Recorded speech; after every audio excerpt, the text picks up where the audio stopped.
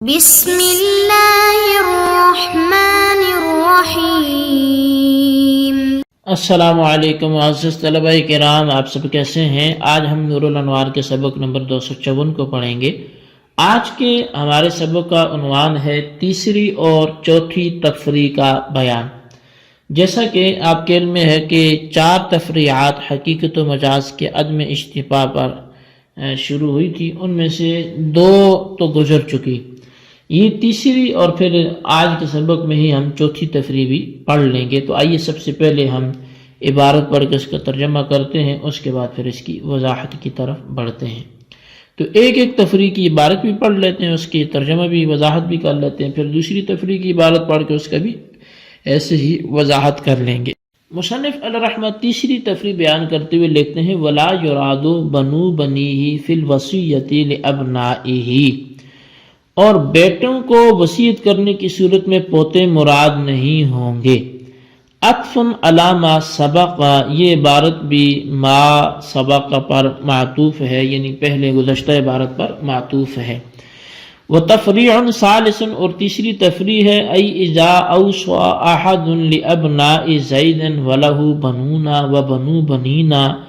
يدخل في الوصیۃ الابناء ولا يدخل فيه ابناء الابناء، یعنی کہ جب کسی شخص نے زید کے بیٹوں کے لیے وصیت کی اور زید کے بیٹے بھی تھے اور بیٹوں کے بیٹے بھی تھے، تو وصیت میں زید کے اپنے بیٹے تو داخل ہوں گے لیکن اس میں بیٹوں کے بیٹے داخل نہیں ہوں گے۔ لأن لفظ الابن حقیقت فی الابن ومجاز فی ابن الابن، اس لیے کہ جو لفظ ابن ہے یہ ابن میں تو حقیقت ہے لیکن ابن الابن میں یہ مجاز ہے۔ فلا یجتمع مع الحقیقت، تو پس یہ حقیقت کے ساتھ جمع نہیں ہوگا۔ وقال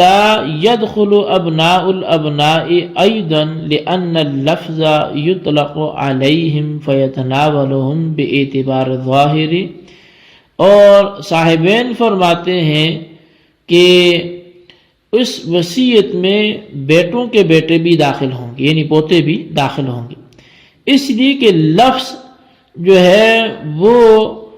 بولا جاتا ہے، یعنی لفظ ابن وہ بولا جاتا ہے پوتوں پر بھی، تو پس یہ ظاہر کے اعتبار سے ان سب کو لفظ ابن شامل ہوگا، اپنے بیٹے ہوں یا پھر پوتے ہوں۔ اور اب یہ جو تیسری تفریع ہے اس کی عبارت اتنی ہی ہے، اب ہم اس کی وضاحت کرتے ہیں، اس کے بعد پھر چوتھی تفریع کی طرف بڑھتے ہیں۔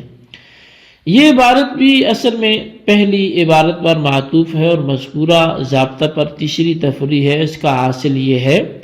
کہ اگر کسی شخص نے ابنائے زید یعنی زید کے بیٹوں کے لیے کوئی وصیت کی اور زید کے بیٹے اور پوتے دونوں موجود ہوں، تو اس وصیت میں صرف زید کے بیٹے داخل ہوں گے اور پوتے داخل نہیں ہوں گے، کیونکہ لفظ ابن بیٹے کے لیے حقیقت ہے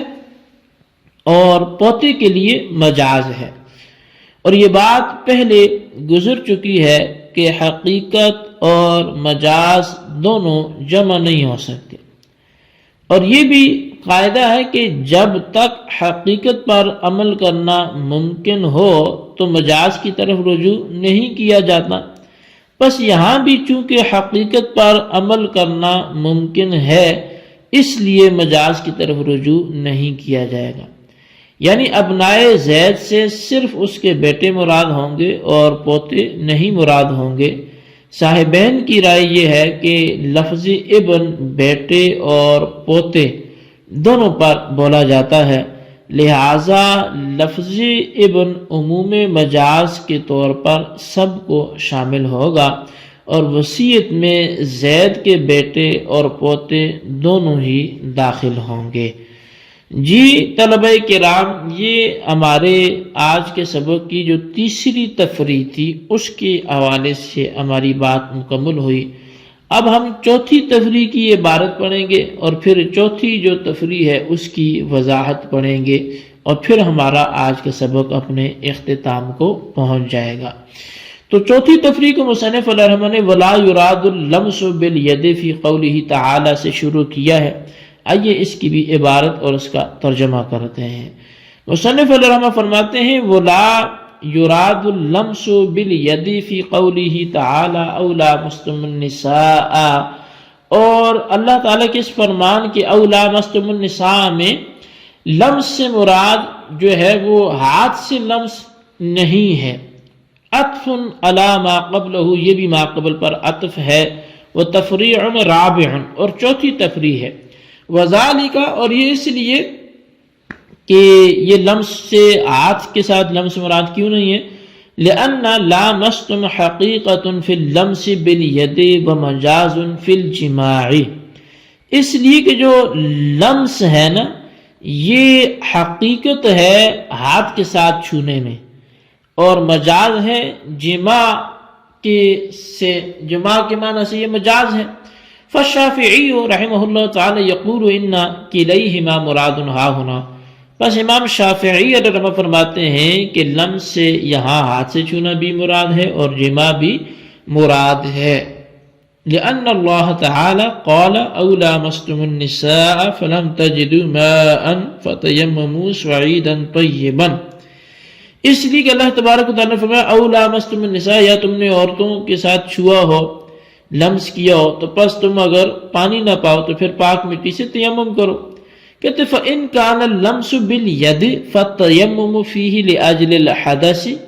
پس اگر یہ لمس بالید تھا، یعنی اگر یہ جو چھونا تھا یہ ہاتھ سے تھا، تو پھر تو اس میں تیمم حدث کے پائے جانے کی وجہ سے ہوگا۔ فَيَكُونُ لَمْسُ النِّسَاءِ نَاقِضًا لِلْوُضُوءِ، تو پس عورتوں کو چھونا وضو کو توڑنے والا ہوگا۔ وَإِن كَانَ لَمْسُ بِالْجِمَاعِ، اور اگر یہ لمس جماع کی وجہ سے ہو تو فَالتَّيَمُّمُ فِيهِ لِأَجْلِ الْجَنَابَةِ، تو پھر یہ جو تیمم ہے یہ جنابت کی وجہ سے ہے۔ فَيَحِلُّ تَيَمُّمُ الْجُنُوبِ بِهَذِهِ الْآيَةِ، تو پس جنبی کا تیمم کرنا بھی اس آیت سے حلال ہو جائے گا۔ وَنَحْنُ نَقُولُ، تو ہم یہ کہتے ہیں کہ ان المجاز ہا ہونا مراد بالاجماع، بھئی یہاں جو مجاز ہے نا وہی مراد ہے، اور یہ بالاجماع مراد ہے ہمارے اور تمہارے درمیان۔ فَلَا يَجُوزُ أَن تُرَادَ الْحَقِيقَةُ أَيْضًا، تو اب جب مجاز بالاجماع مراد ہے تو پھر حقیقت کو مراد لینا یہ جائز نہیں ہوگا، لِاِسْتِحَالَةِ الْجَمْعِ بَيْنَهُمَا، چونکہ حقیقت اور مجاز کا جمع ہونا یہ محال ہے۔ فَلَا يَكُونُ اللَّمْسُ بِالْيَدِ نَاقِضًا لِلْوُضُوءِ، تو پس ہاتھ سے چھونا یہ وضو کو توڑنے والا نہیں ہوگا، حَتَّى يَكُونَ التَّيَمُّمُ خَلْفًا عَنْهُ، یہاں تک کہ جو تیمم ہے یہ اس کا خلیفہ بن جائے۔ بل انما ہوا خلف عن الجنابت فقط، بلکہ یہ تو صرف تیمم صرف جنابت کا خلیفہ ہوگا۔ جی طلبہ کرام، یہ ہماری چوتھی جو تفریع تھی اس کی عبارت اور ترجمہ تھا، اب آئیے اس کی بھی وضاحت پیش کرتے ہیں۔ اس عبارت میں سابقہ ضابطہ جو تھا وہی حقیقت اور مجاز کا جمع ہونا ناجائز ہے، اس پر چوتھی تفریع مذکور ہے، اور اس کا حاصل یہ ہے کہ اس بارے میں اختلاف ہے کہ عورتوں کو ہاتھ سے چھونا ناقض وضو ہے یا نہیں۔ حضرت امام شافعی علیہ رحمہ نے فرمایا کہ لمس نساء بالید ناقض وضو ہے، یعنی ہاتھ سے عورت کو چھونا وضو کو توڑ دیتا ہے، اور احناف کہتے ہیں کہ لمس نساء بالید ناقض وضو نہیں ہے۔ دونوں حضرات کا جو مستدل ہے وہ یہ آیت ہی ہے کہ أَوْ لَامَسْتُمُ النِّسَاءَ فَلَمْ تَجِدُوا مَاءً فَتَيَمَّمُوا صَعِيدًا طَيِّبًا۔ اچھا، یہ لامستم یعنی ملامست نساء ہاتھ سے چھونے کے معنی میں حقیقت ہے، اور جماع اور وطی کے معنی میں مجاز ہے۔ حضرت امام شافعی کے نزدیک حقیقت اور مجاز دونوں کو بیک وقت مراد لینا چونکہ جائز ہے، اس لیے یہاں دونوں ہی مراد ہیں، یعنی لمس بالید کی صورت میں حدث اثر کی وجہ سے تیمم واجب ہوگا، اور لمس بالید کا ناقض وضو ہونا ثابت ہوگا، اور جماع کی صورت میں حدث اکبر جنابت کی وجہ سے تیمم واجب ہوگا، اور اس آیت سے جنبی کے لیے تیمم کا جائز ہونا ثابت ہوگا۔ چنانچہ مروی ہے کہ حضرت عبداللہ بن مسعود رضی اللہ تعالیٰ عنہ جنبی کے لیے تیمم کی اجازت نہیں دیتے تھے، لیکن جب ابو موسیٰ اشعری رضی اللہ تعالیٰ عنہ نے اس آیت سے جنبی کے لیے تیمم کے جواز پر استدلال کیا تو حضرت عبداللہ بن مسعود رضی اللہ تعالیٰ عنہ نے اس استدلال کو قبول کیا، اور دونوں حضرات جنبی کے لیے تیمم کے جواز پر اس آیت کے ذریعے متفق ہو گئے۔ اور احناف کے نزدیک حقیقت اور مجاز کا بیک وقت مراد لینا چونکہ ناجائز ہے،